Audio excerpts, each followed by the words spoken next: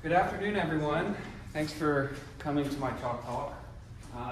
This is going to be like a 12-minute talk, including a Q&A, so it's going to be like a super lightning round on my research.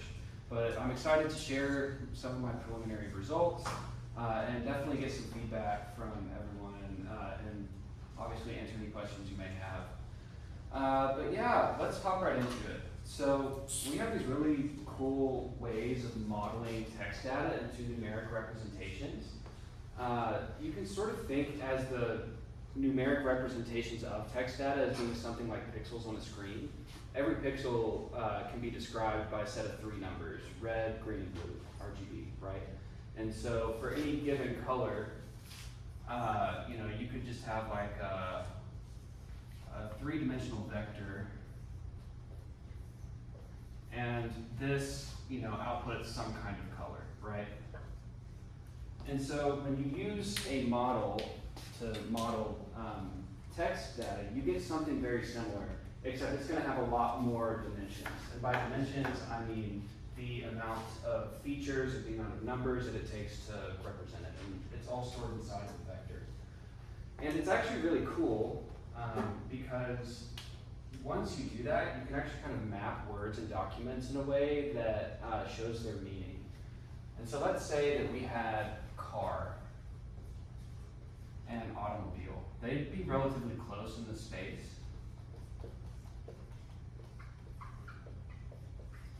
Because they have similar meanings to us as humans, right? Like we have the intuition that says, okay, these 2 different words are spelled completely differently, different letters, different pronunciation, but you can basically use it interchangeably in a sentence, right? It refers to something very similar. And in the same way that these 2 points in our representation may be somewhat similar, we could say a different word, maybe say like communism, would just intuitively be pretty distant from these 2 points, right? Because it just has a completely different meaning. I mean, these 2 words, car and automobile, point to something real. Communism is something abstract. It's just totally different, right? And what you can actually do once you've modeled your text is create a really large and intricate map of your resulting data, where every vertex represents a word or a collection of words, like a document, maybe an article or a paper. And the edges in your graph represent a distance, and that's the distance between meaning. So if these were documents, for example, maybe this could be like a car buying guide, and this could be a user manual for one of the cars in that guide. And then maybe this is like some Reddit post on r/communism, right? Like it's going to be very different, but in the same way that you can model word meanings, it's basically pretty similar to document meanings. And this concept of taking raw text and modeling it into a feature space is the underlying, it's what's under the hood for so many different tools that we use every day. Like if you search something on Google, it's going to take your search query and embed it in the same space and find its nearest neighbors. And those are the articles that it spits out. If you're using ChatGPT, it's going to run the same embedding modeling technique on your query, and it will spit out the results. If you're doing online shopping, there's going to be some text analysis, and it's going to do the same modeling technique to maybe find some product recommendations based on item descriptions. So this stuff is really important, and it's used every day. And the tricky part is that when you're working with models of text data, it can get very high in dimensionality. And again, dimensions refers to how many features it takes to describe your data. So for a color, it could take 3. With some of the models that I worked with in my research, it comes with 768. So and a lot of times what people will do is they'll do this thing called dimensionality reduction, where you map those high dimensional representations to something with lower dimensionality. Pretty intuitive example of this is if you had extremely high dimensional data and you wanted to just visualize it in an image, you're reducing it to 2 dimensions, right? Because it's a flat image, there's only left and right and up and down. But there's a lot of advantages to dimensionality reduction outside of visualization that I'm not really going to go into, but regardless, people do it all the time. And the impact of performing dimensionality reduction on representations of text and how that affects the overall shape that these networks create is not very well understood.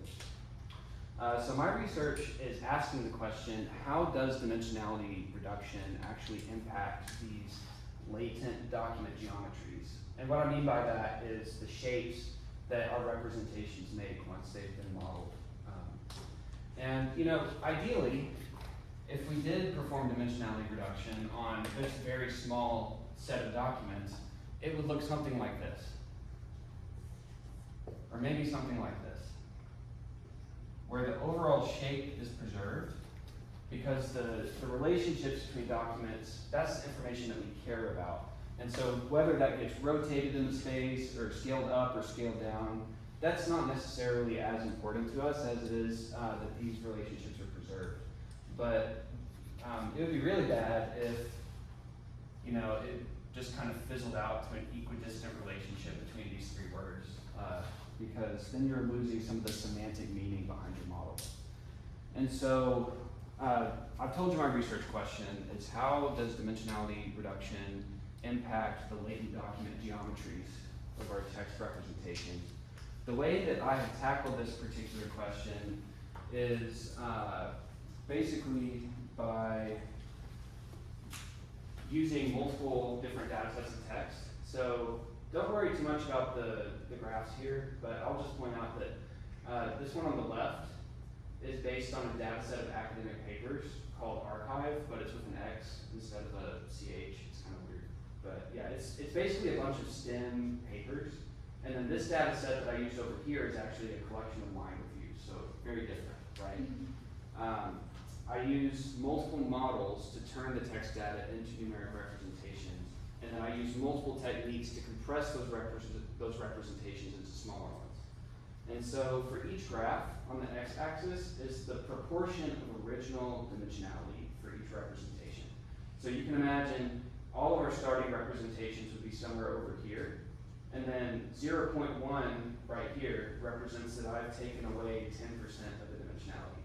And then 0.2, I've taken away 20% of the dimensionality, etc., until we just get to 90% dimensionality removed. And so I'm just gradually, again, decreasing the dimensionality. And then the y-axis shows the Pearson correlation coefficient between each of these reduced representations and the original one. And what that means is that if two representations in their geometries have a high correlation, that's going to be close to 1. And that indicates a positive correlation. -1 would be a negative correlation, and something close to 0 would be completely uncorrelated. And so you'll notice that nothing really goes below 0, because intuitively, if you found a perfectly negative correlation, you could just multiply all of that by -1 and get a perfectly positive correlation. So basically, what I've found is each graph represents a different data set, right? This one is for papers, this one is for reviews. Each color represents a different model that I used. So the red lines are the same model, green lines are the same model, and the blue lines are the same model. And then the solid lines are one dimensionality reduction technique, and the dotted lines are another dimensionality reduction technique. Now, which one do y'all think did better? Solid. Right? This one right here. So, yeah, I was actually really surprised. So I actually used GPT-2 for one of my models, which is an earlier iteration of what they use for ChatGPT. That's in the green. And I got a value that's incredibly close to 1, even at 10% of the original dimensionality, which I think is kind of wild, that you can compress this, representation of text data down to such a small dimensionality, and it's still almost perfectly correlated with the original. Now, this other dimensionality reduction technique clearly had some pretty drastic implications on the document geometries. It's basically not correlated at all as you get down close to 10% original dimensionality. I've recently found some issues with my implementation of this technique that I need to kind of tune some of the hyperparameters. But in general, these are my preliminary findings. And I'm excited to play around with it a little bit more. Ideally, again, going back to my example on the board, a very highly correlated reduced representation should have a similar geometry between documents as the original. Whereas maybe with these dotted line results, you know, down here where it's close to a zero correlation, you can maybe think of that looking something like this. That's what I have so far. I think I'm probably getting close on time, but I'd be happy to answer any questions you may have. Thank you.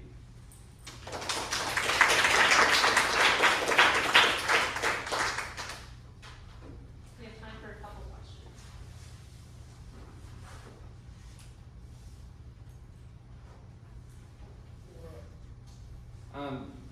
Okay, go ahead. You in the green chair. Okay. What do you think that the autoencoder is not performing very well? Well, it's funny. I think that it's basically compressing all of the documents into a very small space. In my results, I noticed that in the representations with a high amount of reduced dimensionality, so like you can take the 10% or 20% of original dimensionality, like these ones down here. The average similarity was basically identical, which it was basically saying that all of these documents are like an equidistant amount from each other. And the standard deviation was close to zero. So it's basically just compressing everything down and not preserving the geometry at all. That's the tricky thing with autoencoders is their implementation can vary wildly based on how you configure them. You're basically just creating a neural network with a bottleneck in the middle and teaching it how to rebuild the data from that bottleneck. And so I think that there's definitely some ways that I can tune the layers in my autoencoder, maybe the activation functions. But for now, I think I have narrowed it down to being an issue of just compressing all of the documents down into a very small space. So this is just the vanilla autoencoder, not the latent space autoencoder, or? Well, I mean, define vanilla autoencoder, right? I mean, there's a lot of different implementations out there. I'm kind of going with what I've found to be most commonly used with text data, which is, you know, using the ReLU activation function for all the hidden layers, and then the sigmoid activation function at the output. I definitely want to play around with those activation functions some more. I've also considered that maybe there's insufficient training data, but I did it on 300,000 papers and 300,000 reviews. And so, you know, there's still some work to be done on the autoencoder bit, but it's a good question. I appreciate it. Stephanie? So on the graph on the left, Yes. all of those lines are based on the same set of papers, right? Right. What do the two green lines have in common? So the two green lines are based on representations made by the same model. So remember, you start with a data set that contains lots of documents in raw text format. You use a model to generate the numeric representations. And so basically, with that same model, GPT-2, I'm using two different dimensionality reduction techniques gradually to compress the dimensionality. And so the green line indicates the same model was used, but this top one, I use singular value decomposition to reduce the dimensions. And this other dotted green line, I still use the same model to generate the numeric representation, but I use an autoencoder to reduce the dimensionality. So it kind of highlights differences based on the dimensionality reduction techniques themselves while showing like, you know, these are the same model, but the technique that you use can produce vastly different results based on what I found. Thank you. Of course. All right, let's go ahead and thank our speaker.